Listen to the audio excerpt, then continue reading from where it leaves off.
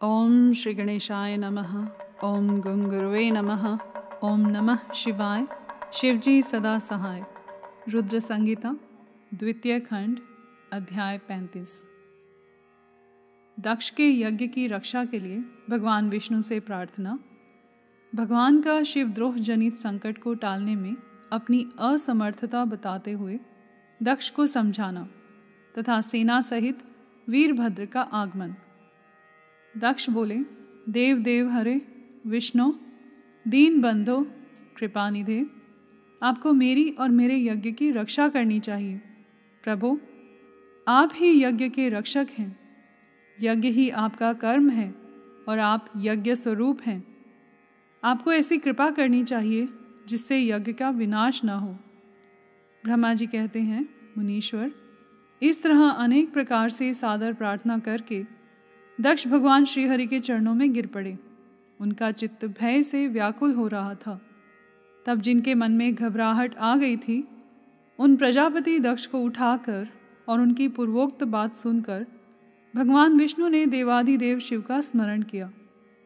अपने प्रभु एवं महान ऐश्वर्य से युक्त परमेश्वर शिव का स्मरण करके शिव तत्व के ज्ञाता श्रीहरि दक्ष को समझाते हुए बोले। श्रीहरि ने कहा, दक्ष, मैं तुमसे तत्व की बात बता रहा हूँ, तुम मेरी बात ध्यान देकर सुनो। मेरा यह वचन तुम्हारे लिए सर्वथा हितकर तथा महामंत्र के समान सुखदायक होगा। दक्ष, तुम्हें तत्व का ज्ञान नहीं है, इसलिए तुमने सबके अधिपति परमात्मा शंकर की अवहेलना की है। ईश्वर की अवहेलना से सारा कार्य सर्वथा निष्फल हो जाता है। केवल इतना ही नहीं, पग पग पर विपत्ति भी आती है। जहाँ अपूज्य पुरुषों की पूजा होती है और पूजनीय पुरुष की पूजा नहीं की जाती, वहाँ दरिद्रता, मृत्यु तथा भय, ये 3 संकट अवश्य प्राप्त होंगे। ईश्वरावज्ञा सर्वं कार्यं भवति सर्वथा, विफलम केवलम नैव विपत्तिश्च पदे पदे, अपूज्या यत्र पूज्यन्ते पूजनीयो न पूज्यते, त्रीणि तत्र भविष्यन्ति दारिद्र्यं मरणं भयम्।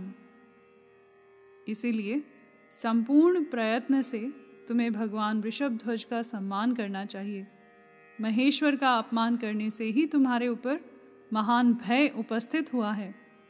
हम सब लोग प्रभु होते हुए भी आज तुम्हारी दुर्नीति के कारण जो संकट आया है, उसे टालने में समर्थ नहीं है। यह मैं तुमसे सच्ची बात कहता हूँ। ब्रह्मा जी कहते हैं, नारद, भगवान विष्णु का यह वचन सुनकर दक्ष चिंता में डूब गए। उनके चेहरे का रंग उड़ गया और वे चुपचाप पृथ्वी पर खड़े रह गए। इसी समय भगवान रुद्र के भेजे हुए गणनायक वीरभद्र अपनी सेना के साथ यज्ञ स्थल में जा पहुँचे। वे सब के सब बड़े शूरवीर, निर्भय तथा रुद्र के समान ही पराक्रमी थे। भगवान शंकर की आज्ञा से आए हुए उन गणों की गणना असंभव थी। वे वीर शिरोमणि रुद्र सैनिक जोर जोर से सिंहनाद करने लगे। उनके उस महानाद से तीनों लोक गूंज उठे। आकाश धूल से ढक गया और दिशाएं अंधकार से आवृत हो गई। 7 द्वीपों से युक्त पृथ्वी अत्यंत भय से व्याकुल हो पर्वत, वन और काननों सहित कांपने लगी तथा संपूर्ण समुद्रों में ज्वार आ गया। इस प्रकार समस्त लोकों का विनाश करने में समर्थ उस विशाल सेना को देखकर समस्त देवता आदि चकित हो गए। सेना के उद्योग को देख दक्ष के मुंह से खून निकल आया। वे अपनी स्त्री को साथ ले भगवान विष्णु के चरणों में दंड की भांति गिर पड़े और इस प्रकार बोले। दक्ष ने कहा, विष्णु महाप्रभो, आपके बल से ही मैंने इस महान यज्ञ का आरंभ किया है।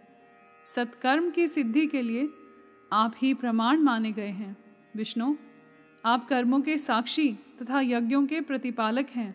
महाप्रभु, आप वेदोक्त धर्म तथा ब्रह्मा जी के रक्षक हैं। अतः प्रभु, आपको मेरे इस यज्ञ की रक्षा करनी चाहिए, क्योंकि आप सबके प्रभु हैं। ब्रह्मा जी कहते हैं, दक्ष की अत्यंत दीनतापूर्ण बात सुनकर भगवान विष्णु उस समय शिव तत्व से विमुख हुए दक्ष को समझाने के लिए इस प्रकार बोले। श्री विष्णु ने कहा, दक्ष, इसमें संदेह नहीं कि मुझे तुम्हारे यज्ञ की रक्षा करनी चाहिए, क्योंकि धर्म परिपालन विषयक जो मेरी सत्य प्रतिज्ञा है वह सर्वत्र विख्यात है। परंतु दक्ष, मैं जो कुछ कहता हूँ उसे तुम सुनो। इस समय अपनी क्रूरतापूर्ण बुद्धि को त्याग दो। देवताओं के क्षेत्र नैमिषारण्य में जो अद्भुत घटना घटित हुई थी उसका तुम्हें स्मरण नहीं हो रहा है। क्या तुम अपनी कुबुद्धि के कारण उसे भूल गए? यहाँ कौन भगवान रुद्र के कोप से तुम्हारी रक्षा करने में समर्थ है? दक्ष, तुम्हारी रक्षा किसको अभिमत नहीं है, परंतु जो तुम्हारी रक्षा करने को उद्यत होता है वह अपनी दुर्बुद्धि का ही परिचय देता है। दुर्मते, क्या कर्म है और क्या अकर्म, इसे तुम नहीं समझ पा रहे हो। केवल कर्म ही कभी कुछ करने में समर्थ नहीं हो सकता। जिसके सहयोग से कर्म में कुछ करने की सामर्थ्य आती है उसी को तुम स्वकर्म समझो। भगवान शिव के बिना दूसरा कोई कर्म में कल्याण करने की शक्ति देने वाला नहीं है। जो शांत हो, ईश्वर में मन लगाकर उनकी भक्ति पूर्वक कार्य करता है, उसी को भगवान शिव तत्काल उस कर्म का फल देते हैं। जो मनुष्य केवल ज्ञान का सहारा ले अनीश्वरवादी हो जाते हैं या ईश्वर को नहीं मानते, वे शतकोटि कल्पों तक नरक में ही पड़े रहते हैं। फिर वे कर्म पाश में बंधे हुए जीव प्रत्येक जन्म में नरकों की यातना भोगते हैं, क्योंकि वे केवल सकाम कर्म के ही स्वरूप का आश्रय लेने वाले होते हैं। ये शत्रु मर्दन वीरभद्र जो यज्ञशाला के आंगन में आ पहुँचे हैं, भगवान रुद्र की क्रोधाग्नि से प्रकट हुए हैं। इस समय समस्त रुद्रगणों के नायक ये ही हैं। ये हम लोगों के विनाश के लिए आए हैं, इसमें संशय नहीं है। कोई भी कार्य क्यों न हो, वस्तुतः इनके लिए कुछ भी अशक्य है ही नहीं। ये महान सामर्थ्यशाली वीरभद्र सब देवताओं को अवश्य जलाकर ही शांत होंगे, इसमें संशय नहीं जान पड़ता। मैं भ्रम से महादेव जी की शपथ का उल्लंघन करके जो यहाँ ठहरा रहा, उसके कारण तुम्हारे साथ मुझे भी इस कष्ट का सामना करना ही पड़ेगा। भगवान विष्णु इस प्रकार कह ही रहे थे कि वीरभद्र के साथ शिवगणों की सेना का समुद्र उमड़ आया। समस्त देवता आदि ने उसे देखा। यहाँ पर अध्याय 35 समाप्त हुआ।